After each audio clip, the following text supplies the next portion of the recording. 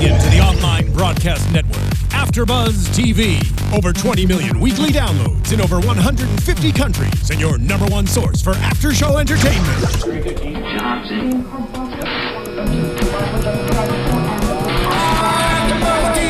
AFTERBUZZ TV, the destination for TV superfans. Producing aftershows for over 300 of your favorite TV shows. Interviewing celebrities and showrunners. And bringing you behind-the-scenes exclusives. All thanks to E! Entertainment's Maria Menounos, producer Kevin Undergaro, and internet leader Akamai.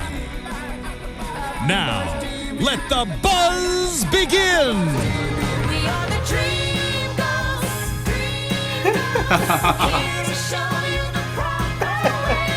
All right, Trene. Okay.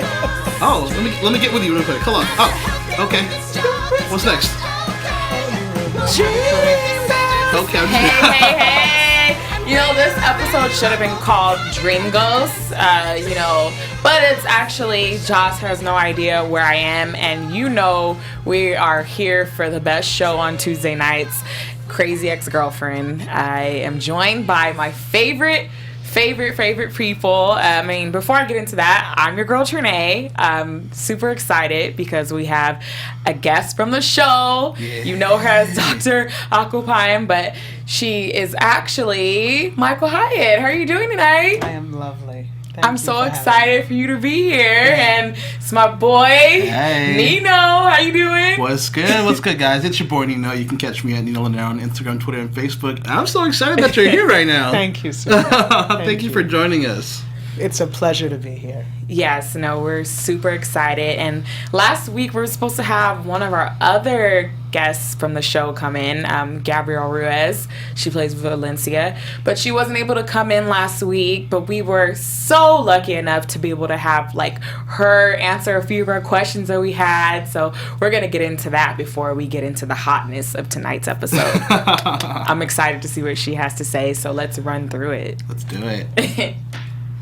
Hi, AFTERBUZZ TV and Crazy Ex-Girlfriend fans. First and foremost, I'm Gabrielle Ruas, and I play Valencia, your favorite on Crazy Ex-Girlfriend, every Monday night at 8 o'clock on the CW. And before anything else, I just want to say thank you so much for supporting our show and watching us every week on the CW. We really wouldn't be the show that we are without the fans like you guys. So I'm doing this online video interview from home because unfortunately I was unable to make it into the LA studios of AFTERBUZZ TV. So the awesome host, hey guys, are so awesome to send me some questions to answer and show to you later. So let's get started. Okay, question number 1. Did I channel any of my personality into my character Valencia? I don't know, you tell me. What do you think so far? In all honesty, I would say I'm the friend, the girlfriend that shoots it straight. You know what I mean? Like the person that's just like, if you want a real honest answer, if you want a tough love answer, like Valencia, she'll tell you the truth. She talks about the elephant in the room, So I get that totally about her. I was able to also channel my really great friends that are yoga instructors and vegans and health coaches with all that stuff. It was really fun to relate to that. And I also have a girlfriend who changed her name from one name to another because she didn't feel like that name, and it made her feel stronger. So in the introduction in Valencia in the market, when she meets Rebecca the first time, she talks about that. So if you go back to episode 102, Josh's girlfriend's really cool. You'll see that. And when I saw that part of the script, I laughed out loud because my girlfriend did that. So it really is true. Did a good job, the writers. You know who you are. Rachel. Question number 2. Can I recount any moment in my relationships that are similar to any in the show? Yes. Oh my goodness, yes. There is one thing I'll say that I can't share because it would actually spoil some of the episodes that are coming up, especially in the finale. But one thing I can relate to is I've actually been promised, I would say, to be married to twice. So, so there have been boyfriends in the past that say, we're going to do it, let's do it, and so it doesn't happen. But I have a ring now. I found the guy. He's the best one. Anyway, so I can relate to that part, especially. I mean, I can relate to that part of Valencia's story that, you know, the ring's gonna happen, and then it doesn't. Womp womp. Anyway, moving on. And finally, question number 3. Was theater my first love? That's a really good question.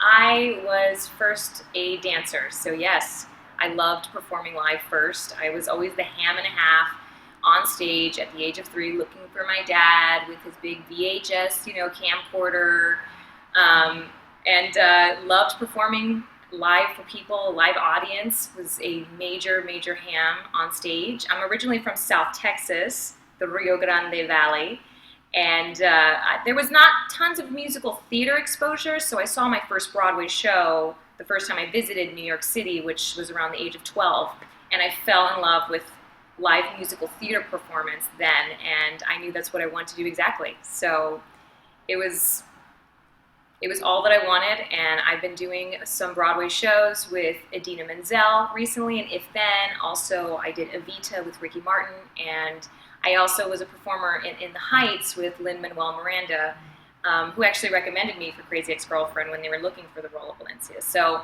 mwah, Lynn. Thanks, dude. Can't wait to see you in Hamilton. And so that's it. Those are all the questions I was asked to answer. Thank you so much to the hosts at AfterBuzz TV. And thanks again for watching Crazy Ex-Girlfriend every Monday night at 8 p.m. on the CW. And you can follow me, Gabrielle Ruas, on social media, which is just the little @ sign, my full name. You can find me on Twitter, Instagram, Facebook, blah, blah, blah, blah. You'll find me. So hashtag Crazy Ex-Girlfriend on everything. Let me know when you watch this video, and if you have any more questions, feel free to ask me, and I'd be happy to answer them. So I will buzz you later after Nice. Oh my gosh, that was so dope. That was I felt the awesome. love on that, and I just really am excited because I feel like every guest that we've had come in from the show is they're just so down to earth. No, they are.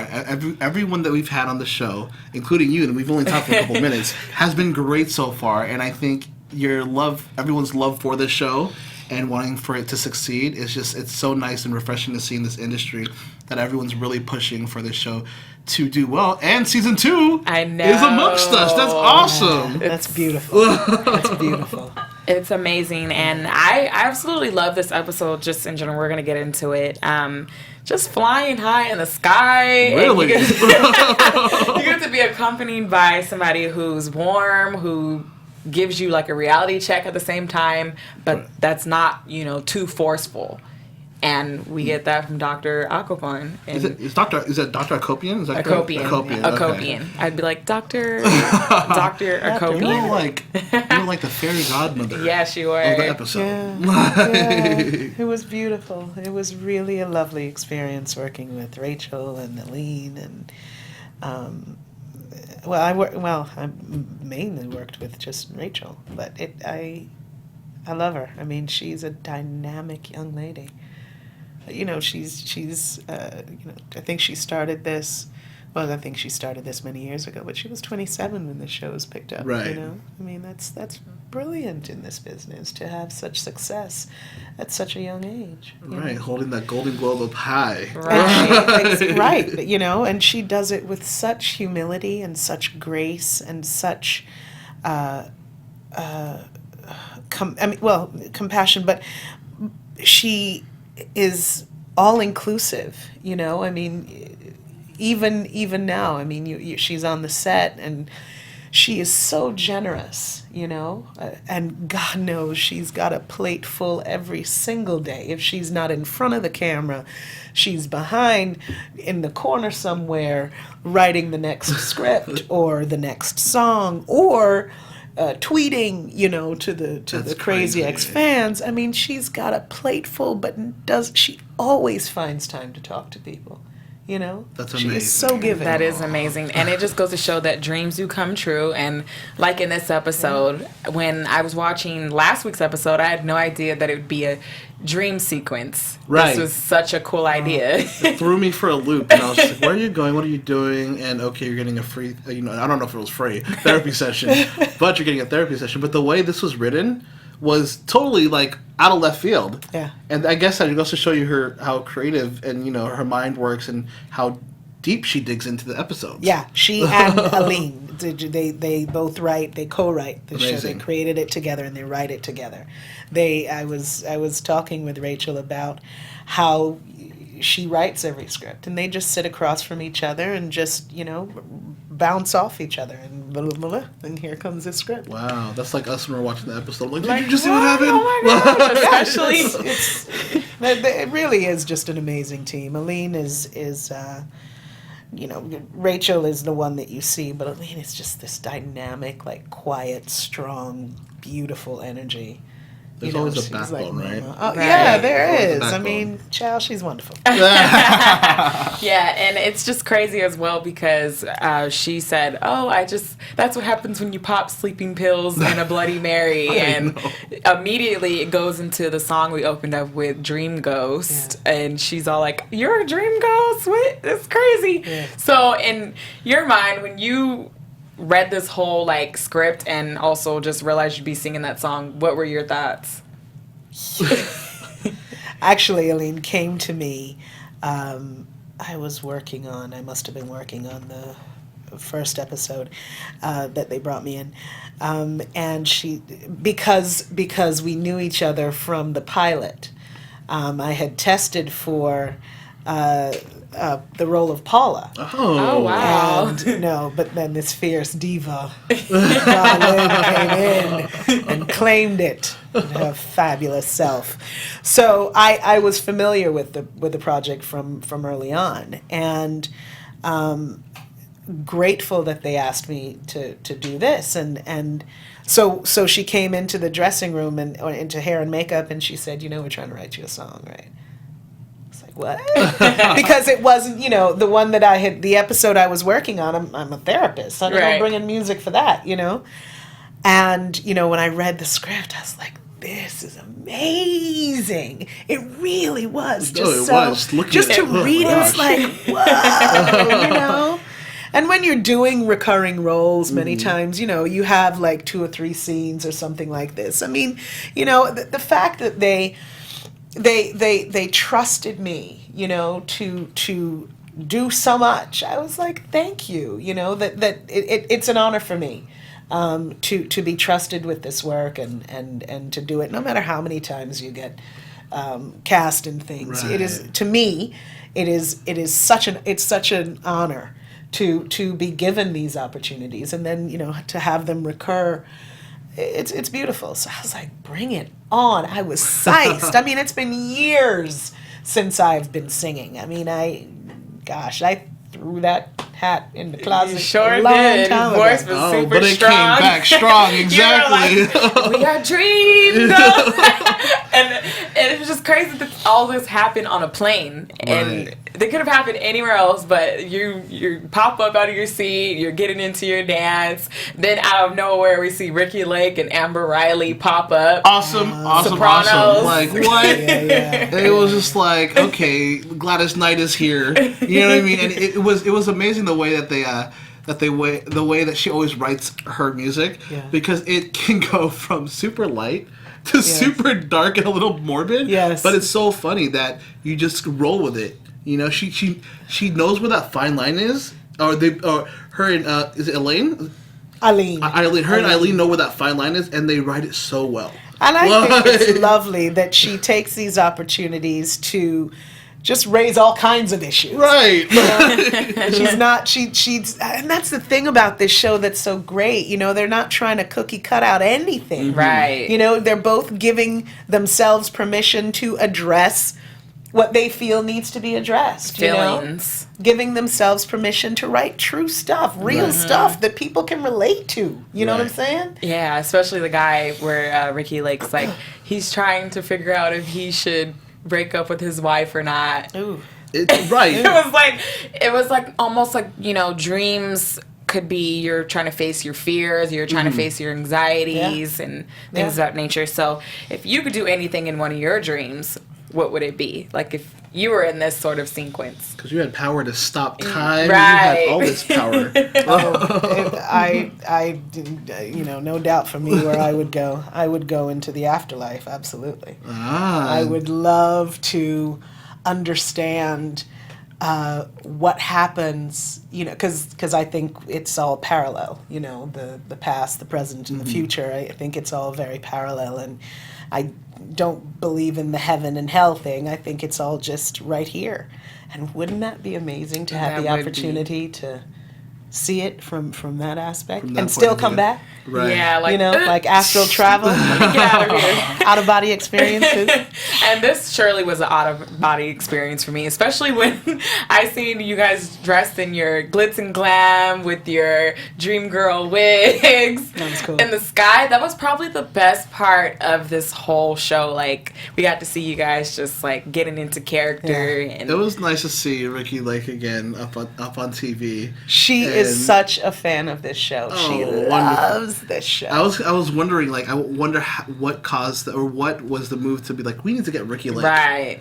Maybe let's get Ricky Lake. And I see think what's going Ricky on. Lake said, I want to be on this Yeah. show. And they said, absolutely, please, Right. come on. Why not? I mean, I don't know, but I can just imagine, because, I mean, she's fabulous.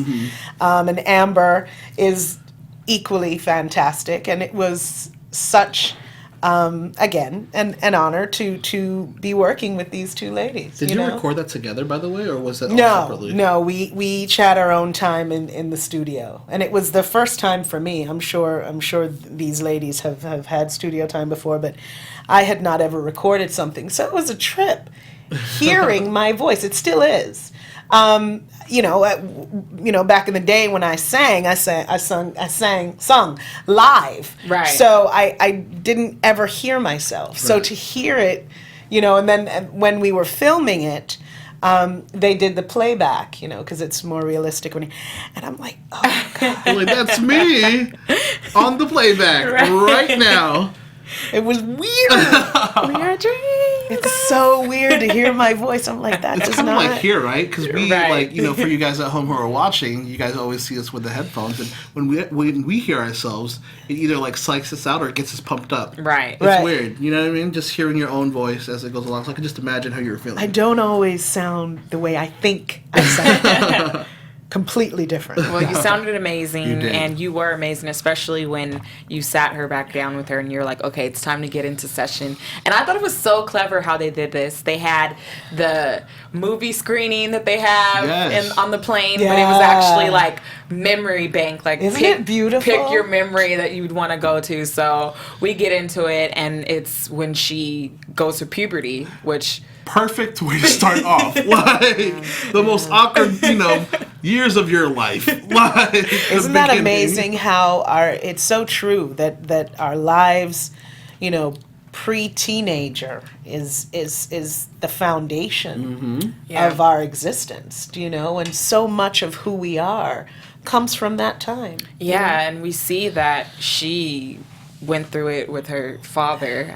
He just, the way that he acted in this whole scene was just really, really real to me, because we get to see that Rebecca suffers with daddy issues. She goes and she pops up on her dad. Usually dads that are involved would be joyous by this. They'd love this, but for him, you could just like notice the disinterest that he had from the moment she stepped in to the moment that she's suggesting, oh, we should watch a movie, or daddy, like, let's do this, like, kind of thing. And he totally just, you could tell he wasn't in it at Right. all. It was nice that he went along for the 0.2 seconds that he did, but you could totally see his facial expressions and how he reacted to the whole situation, and it was definitely a little hard to see. I was a psychology major back in college, so then watching this show, like, I feel like I get deep into it. I'm like, oh man, I feel like I'm back in class, because she has multiple issues, and it being shown just in this one episode, just back to back to back, and how you kind of coached her through it or whatnot was kind of crazy to Beautiful if see. we could have that Right. experience. Right? To just go back into certain moments in our lives that make us the reason why we are now, because Yeah. we see that, okay, Rebecca is lacking love because her father, you were there with her, you got to show her the real reason as to why her father wasn't in her life for 2 Right. years. It wasn't because of her mom, who she thought was the one who was responsible for the bearer of whole all evil she yeah, was. it was the dad who was like, I can't do this right now, I have so much going on in my life. But It's so selfish. isn't it amazing too? We parents or parents really think we're doing the best for our children, when we think that we hide something, don't tell them this because, they're better off not knowing, really. Do you know? I mean, of course, if you're that age and you're something traumatic happens, but you think that if you don't talk about it, or if you fib about it a little bit, they'll grow. It'll go away. Yeah. They'll grow up and they'll forget about it, and it's so not true. No. Right, because she clearly shows up, and we find out that she's actually going to New York instead of Hawaii. And last week you predicted that. I did. My boy Nino. Oh, did you? I was like, nah, she's not. There's no way she's going to Hawaii after that, like, heartbreaking, situation of her hearing Josh say, "No, I don't love her," which is a lie, I'm pretty sure. One of my predictions, we'll talk about it later. I'm like, she's going to New York. She has to be going to New York. And I figured you would be going to New York as well, too, for business. That's what I played in my head. And when the episode came, I was like, oh, maybe she's going to go see her dad when I saw the previews in the beginning. But then my predictions came to be true. Pat myself on the back. Because we see her. She's running away from her problems. Yeah, and again, like always. Right. So right. Dr. Acapone is like, okay, we need to face these problems. Okay, next, the moment of truth, we see that you run away from your passions. Right. She thought it was the guy. And her doctor's like, no. It's you. It's you. Like, stop running away from things that you love or you're passionate. And I'm not talking about people or men in the sense. And I thought it was interesting to just see this flashback, these certain flashbacks, these moments in her life. So many of us sisters, I brother, I can't talk to you, but so many of us, we find ourselves in these unhealthy relationships and swear up and down that it is his fault that, I am in this hell, or, it's how did I get to be with this man? And once I get over this man, I'll be fine. And, but you chose this man. Right. Or you chose to and you put away your chose passions. 6 men like him before, Right. So who's pointing fingers? Right. And we see that she had a passion for music and theater long ago. It was, but she allowed this man who she liked to kind of get in the way of that. No, see, there you go. Yeah. But no, it's not she allowed this man. This man ain't got nothing to do with it. And that's what Doc was trying This to man say. has nothing to do with it. She has fears, and she has created all of these demons to distract from the core issue that she's just scared. Right. Yeah.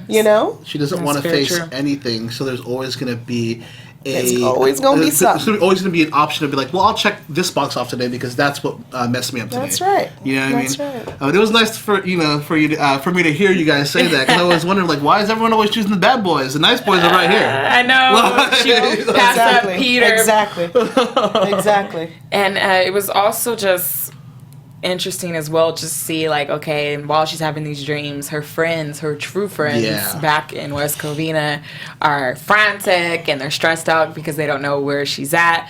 Paula goes into the computer and was like, ding, I know my best friend, let me check on her. And they find out that, she's moving away. She's flying to New York. She has the job offer and everything. Right. She did that really quick. I feel like, Rebecca just moves, like, I don't think I've ever known anybody to move that quick. But she moves really, really quick, and I could feel like Rachel does the same thing in her real life because she's multitasking. She's doing everything to keep everything going. So I could see the reflection in their characters. Yeah. I would love to get her in the studio, like hopefully in the finale, if she's not too busy. That'd be Oh gosh, Yeah, that I would bet be you she would be more than willing. great. It would be amazing. Such just a cool sister. to hear Love it. her. You know. I know. Love her. And Dr. Acapone had showed her, like, okay, here's your friends. They really they really miss you. They really care about you. It was almost like it was a funeral almost. know. Like, she was like a surrogate daughter to me, and she was this and that. And what really stuck out to me in this part was when Doc was like, you need to focus on other things other than Josh Chan. Right. Like, that was probably the biggest message that I took from this show. She always, I feel bad for Paula because Paula's always there for her 24/7 anytime she needs her, and Rebecca is, to me, a part-time friend sometimes, And at other times, she's fully invested into Paula and saying, "I appreciate you," or she does give back to Paula with her relationship with the husband and listens to her whatnot. But I don't think she's there 100. And after this episode, I feel like she will be there 100 now. And she also realizes how much Daryl cares about her, and how unlikely Greg cares about her. Greg loves her deep inside. We know that. I still think there's going to be a fight between Josh and Greg, like somewhere in the episode. But honestly, like she just needs to get out of her head, and she really needs to know that there are people around her that love her, and I think we need to do that ourselves sometimes too. So this was a reality check, I feel like, for a lot of people. Right. So what's the best advice that you've ever received? Because we're getting a lot of lessons on this episode. Gosh. You run down a list, whatever you like. No, I think the greatest guidance I've been given is to be truthful, to get real, to get to the core of whatever it is, instead of dealing with the side effects that we create for ourselves, to cut to the chase, cut to the core, cut to the underbelly, so that you can find the truth. Be afraid and do it anyway, because that's where the truth is. That's Yeah. And I think that the show actually shows each character doing that almost. Like, maybe we'll see Josh cut to the truth, because at the end of the episode, oh my gosh, I hate how this ended. When Rebecca, she pops out of her dream sequence. She's like, "Oh my gosh, it was such a great session." And the doctor's like, "You've been sleeping, girl." And so finally she realizes, okay, let me get off this plane. Let me go back to New York. She goes back, sees everyone there, they all greet her, and it's just crazy because then she realizes that Josh had found the photos that they took, and he's looking at the photos, and there's like a photo of him and things like that. Some she's creeper photos, I'm pretty sure, like from away from the distance. Creeper she was photos, like click. Like taking photos of him, like, ooh, he fine. But profile of him smiling, like, who had a camera then? What's happening? And so he's you can tell that he's a little, but this is what I don't like about his characters. He always has a way of trying to make it seem like he's so shocked. Like he's so shocked that these photos, and he's like, "Why did you take these pictures of me?" Right, because he's never noticed. Which is weird, right? He's never noticed the love for him. Are you in love with me? Like, don't. Right. What in the world? He needs to get out of his head and figure that out too. Are you in love with me? So I think that's perfect timing to get into predictions, because we have a lot to cut into for next week. I have a whole bunch of predictions. I might be right again. Now. You like the lights? I love this. So we're gonna start off on this side, and you can put in your own predictions as well, or not, because you might know what's going on. I don't know. You can just nod whenever I say what I say. Hypothetically speaking. Okay. Josh is gonna... Oh, God, okay. There's so much that's going on in my head right now. I feel like Greg's gonna burst back in between Josh and Rebecca's heart-to-heart that they're gonna have when this next episode comes back again. I feel like Greg's gonna come back, and he's gonna try to break up the situation, because you know how he just watched a kiss, how he kind of just watched a kiss in the courtroom, and he kind of was just like, it's over, let me let it go. Because of his actions, checking the morgue and checking all this other stuff, I feel like he's gonna muster up some strength, and if he comes back and he sees Rebecca and Josh about to kiss or about to form whatever relationship, he's gonna come and interrupt that. And we noticed the little shade he threw at her. He's like, we know all the reasons why you're actually in West Covina. Right. So. Yeah, whatever. Get out of your head, too. You know you love her. I feel like that's going to happen. Valencia, poor Gabrielle. I don't, Well, is there any insight that you can actually draw? She's like, I think... Just watch. I think that, I think this is it's a game changer, I mean, I think that Josh is forced to face some things, and Ooh, it's so hard when you know, right? Right. I'm like, what can I say? How can I not That's say actually anything? a great segue into next week. A game changer. Maybe Josh might get into his own feelings. Start recognizing his truth. Yes. Next week is going to be interesting because they both get invited to a wedding. I'm not sure who it is. It's Josh's sister's wedding. Okay, Josh's sister's wedding. Josh's sister's wedding, and she gets asked to be a bridesmaid. Both of them, which is crazy. That was insane. I mean, they loved Rebecca, and the sister's like, oh, Rebecca, you should be, and then Valencia, and so it's battle of the bridesmaids, Right? Pretty much. And my prediction, Gabrielle, she kind of gave me a little hint. Maybe Josh is gonna like ask her to marry him, and then he's gonna like get cold feet, or he's gonna be like, I promise, and then he's gonna take the ring back. Oh, what's like what she said? Yeah, right. something That's like a that good one. for sure. You might win this week, okay? Maybe. No, but it probably won't be happy. Maybe, she might get proposed to in this next episode. That would be kind of interesting and heartbreaking for Rebecca if she saw Josh propose to Valencia in front of her. That would break her heart, and that would be Or maybe Greg tries to mix it up by trying to check out Valencia or something like that. So he's doing some I'm shady telling you, stuff. this love triangle octagon situation's gonna come to play in the next 2 episodes. This thing I've been talking about for this whole season is gonna come to play in the next 2 episodes. Is there like 4 left? I believe. Am I correct? What is this? 15, 6, 3. There's 3 left. 3 left. Oh wow! So we're gonna get into all of that soon. So before we head out, I just want to let you guys know that we love your support. We love your feedback. Make sure that you leave us some comments, leave us some love below, subscribe to us, add us on Facebook, like us on Facebook, and also it's free and it doesn't cost you anything. But just download us on iTunes. So if you're not able to watch us, you can listen to us and you can really get in on the combo. So Instagram us. Where can we find you? Yeah, you guys can always find me at Nino Llanera on Instagram, Twitter, and Facebook. Shout out to everyone for continuing to watch us and listen to the podcast as well too. Big shout out to my barbers, Rosewood Cutters. Congratulations on the new pin drop with OG Slick. And where can they find you? Oh, I said at Nino Llanera Oh, okay, on Instagram, Twitter, great. and Facebook. And where can we find you? Instagram and Twitter, Michael Hyatt 16, and Facebook, Michael Hyatt. There we go. Stay in touch with us. You can find me on Instagram and Twitter at your girl Trene. Thank you so much for tuning in, and we'll see you next week. Bye, guys. From executive producers Maria Menounos, Kevin Undergaro, Phil Svitek, and the entire AfterBuzz TV staff, we would like to thank you for listening to the AfterBuzz TV network. To watch or listen to other after shows and post comments or questions, be sure to visit AfterBuzzTV.com. I'm Sir Richard Wentworth, and this has been a presentation of AfterBuzz TV. Buzz you later! The views expressed herein are those of the host only and do not necessarily reflect the views of AfterBuzz TV or its owners or principals.